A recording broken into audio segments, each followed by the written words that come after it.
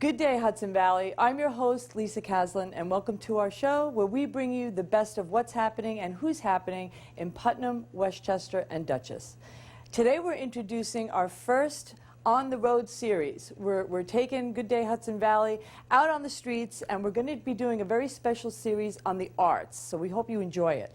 Today we're going to take a look at Arts on the Lake, and we're going to be interviewing James Shearwood, who heads up their theater group. Let's go there now. Welcome back. I'm here at Arts on the Lake. This is our first on-site show. We're very excited to be talking with James Shearwood. James is the director of Arts on the Lake's theater group, right? That is right. Thank you for taking time with us today. Many people know about Arts on the Lake, but many people don't, right? So why don't you tell us a little bit about the history? The history was that it was an empty firehouse for a few years after the new one was built, and a group of artists got together on a day which is almost as cold as the one we're doing today, and decided that wouldn't it be good if this could become an art center? And a visual arts group was started, a music group was started, a performing arts group was started, classes were inaugurated, and subsequently we've added to that a writers group which is developing new material once a week. They share a ukulele group which has become a ukulele band. Who you? And a photo group. And the amazing thing, as Ed Durkee, the executive director, mentioned a couple of weeks ago, the amazing thing is we do it all in 2 rooms. Yeah. This big room, which is the gallery, the performance space, the classroom, and a smaller room, which is the office, the meeting room, the classroom for the children's art classes. And we have a much bigger space upstairs, which we envision to be a permanent exhibit space, a gallery, and a permanent black box theater, which would be a draw for the county. Oh, that would be wonderful. So It would be. What's the status of that? We have to find a sugar daddy or do even more fundraising than we have. We got a grant a couple of years ago through a state senator to repair the roof. It no longer leaks. Good. To put in new doors and new windows, and that's the status where we are now. Okay, well, one step at a time. Right. Right? Yeah. So you have a number of things coming up, and I know you actually have a fundraiser coming up in March, but what are some of the exciting things that we might want to partake of? The fundraiser in March is a unique one. It's done by the Visual Arts Committee. Artists come in and they get a square, and they can do whatever they want with that square, whatever their medium is, they can put it on that square, and then they're exhibited on the night of the fundraiser, which I think is March 14th. Okay. There's more information on the website, artsonthelake.org. And the people who come bid on those works, and they bid anonymously. So you might be bidding on your next door neighbor, or you might be busy, you don't know. How big is the square? The square is about 6 by 6. Oh, I could it's be a tiny. few inches off. Wow, okay. Marty's signaling it's 8 by 8. It's 7 by 7. 7 by 7, all right, well, Yeah. what's an inch, right? Yeah.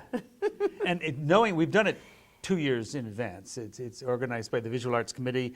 Roy Volpe is the chairman of that committee, and the force behind this fundraiser and the variety that you see is incredible. I mean, I bought I bought several, but one was 3-dimensional, and I still have it on my walls at Very home. cool. I view it every morning. Yeah, you can make a little mosaic if you buy enough Yes. of them, right? Well, one person's form was clay. So what he was a potter, and Yeah, that's what was hanging on that square. very neat, very neat. So what about for kids? What do you recommend for kids? Mary Schreiber, it teaches an ongoing, I mean, it has a different theme every 6 or 8 weeks, but it's a class for children. And that's the major thing. Young people teenagers can participate in any of the other activities. We have, there's another group which I forgot to mention, we have a puppet group. And about once a year, and this year it's going to be in early May, and they're connecting 3 tales in some way. One is by Robert Burns, one is by somebody who's probably on our website. Okay. Mystery. It develops, and there's a large group, and some of them are young people, and some of them are adults, and they are original puppet tales. Is this the Caligaris? No, but Oh, for okay. for the first 3 years, we did the Magic of the Nutcracker Yeah, Suite, and I went think to you it a couple of times. Yes, yeah. Maria Caligari and Bart Cook, who were Principal dancers of the New York City Ballet for a long time, Uh-huh. and very familiar with the Nutcracker Ballet. Uh-huh. And so, as we said in the time, where else can you see the Balanchine choreography done by puppets, but at Arts on the Lake? Yeah, and they were dancing behind the puppets. There were some scenes where real people became Yeah, it was very good. involved in it. And the Blue Horse Repertory, is that sort of your branded theater group? The Blue Horse Repertory is a group that was started originally by Leo Burmeister and Laura Lee Ecabelli. Uh-huh. And I think Peggotty Price was in. Leo died just at the time we were starting. Oh, okay. But Peggotty and Laura Lee have continued it. Uh-huh. This year they're doing 3 readings. The first is in a couple of weeks. It's 3 rarely seen Tennessee Williams plays. And the second is Craig Lucas, who is usually on Broadway, but in May he's going to come up here because we're going to do a reading of one of his early works. Oh, impressive. I think called Reckless. Okay. My brand really is Ralph's Theater Company. Oh, Ralph is okay. a fictional character created by me, and occasionally his theater company puts something on. Ah, okay. This year, we initiated stand-up comedy this year. Love it. And Ralph did some fundraising and got us to bring comics up from New York to do that. We brought up a group called Houses on the Moon, and their specialty is having unheard voices heard. We're bringing them back in it's April actually, and we're partnering with Studio Around the Corner in Brewster. Wonderful. And they're going to We're present it in talking to them May. too. And it's called De Novo, and it's a play that they have made up using court testimony and interviews about a young Guatemalan who escapes from a gang and comes to this country, and the results are not as heartwarming as one would like. Not the American dream. It's not. It is the American dream. He has the American dream, but Okay. achieving it is enormously difficult. Right. And so there's no way to do a production like that without having discussion afterwards, because everyone wants to talk. Yeah. And they will. Okay. So, what are you most proud of? I'm proud of the fact that so many people in the community come in every week or every couple weeks and do something together in these small and sometimes dirty 2 rooms. And they come to Arts on the Lake and they meet their neighbor. They meet their next door neighbor at Arts on the Lake, because you don't meet them across a fence. We don't have fences. Right. And some of the other things we're proud of is people try things here they never tried before. One person is now quite an established photographer, and she is quite proud of saying, I got validation here. I exhibited my work and people started talking to me about it, and it helped her grow. That's wonderful. You guys are doing a great job. Keep it up. Well, thank you. Well, we're going to end here. Thank you so much, James. It was a Thank pleasure. you. Yeah. Hope to come back. Okay. Thank you. So we're still here at Arts on the Lake, and I wanted to take a minute and introduce you to the Life Drawing Session Coordinator, Sharon Nakazato. Welcome. Sure. Thank you Thank you. for taking a couple of minutes. Now, we're actually infringing on her class time here, so we won't take too long, but it's so good to know that this is actually offered in the community. I know you were saying before that not too many places actually afford artists the opportunity to participate in a life drawing session. That's right. That's right. And it's less of a class and more of a place where artists or would-be artists or people who just want to try it out can come and see what it's like to draw from a live model. Yeah.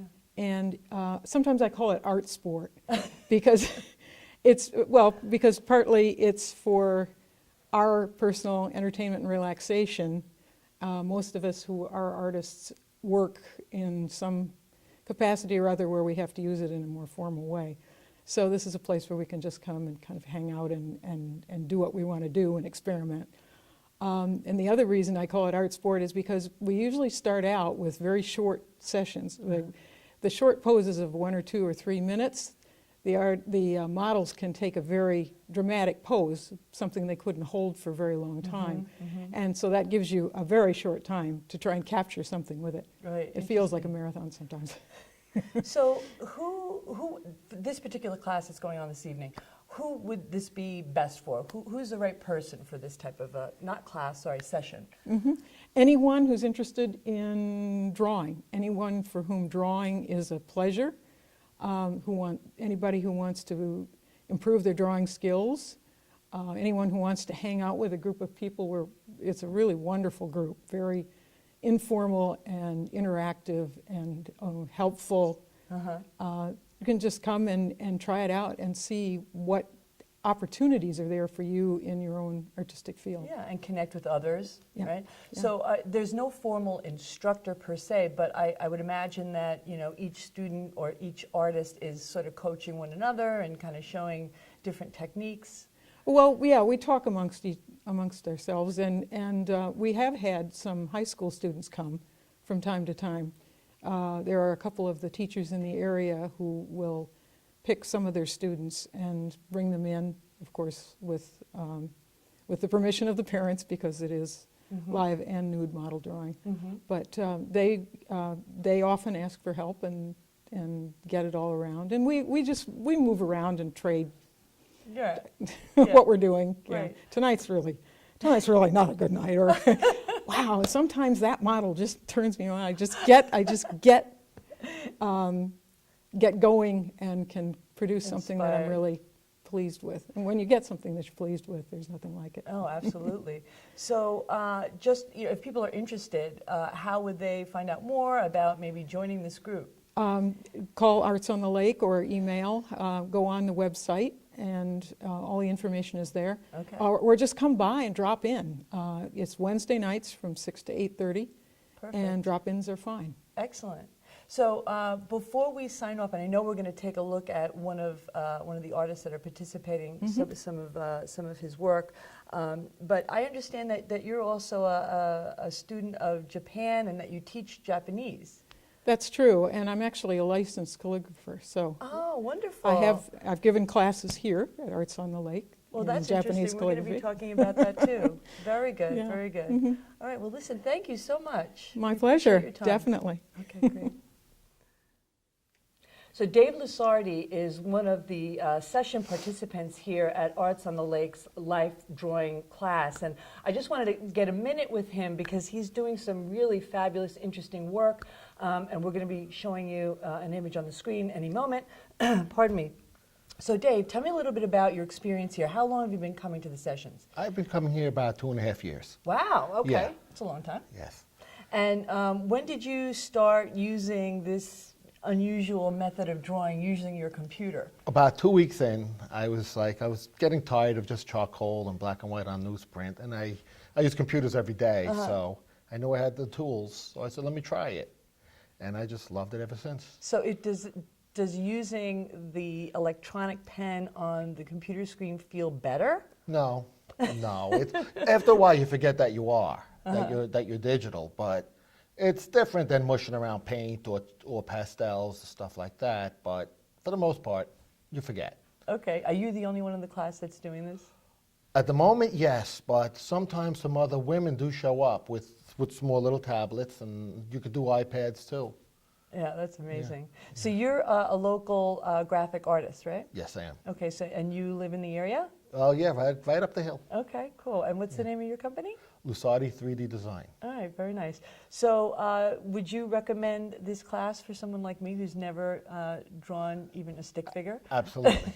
Absolutely. Yeah, just come try it out. You might like it. Yeah? Okay. You never know. We might. Yeah. Well, listen, thank you so much for your time. Great, thanks. Looking forward to the class. Bye-bye. Bye. Thanks again for joining us and for supporting the arts in our community. If you'd like more information on Arts on the Lake or their upcoming special fundraiser, Arts Squared, please visit their website at artsonTheLake.org. And as always, please visit us at gooddayhudsonvalley.com to give us your thoughts and suggestions on future shows. Thanks so much and have a great day, Hudson Valley.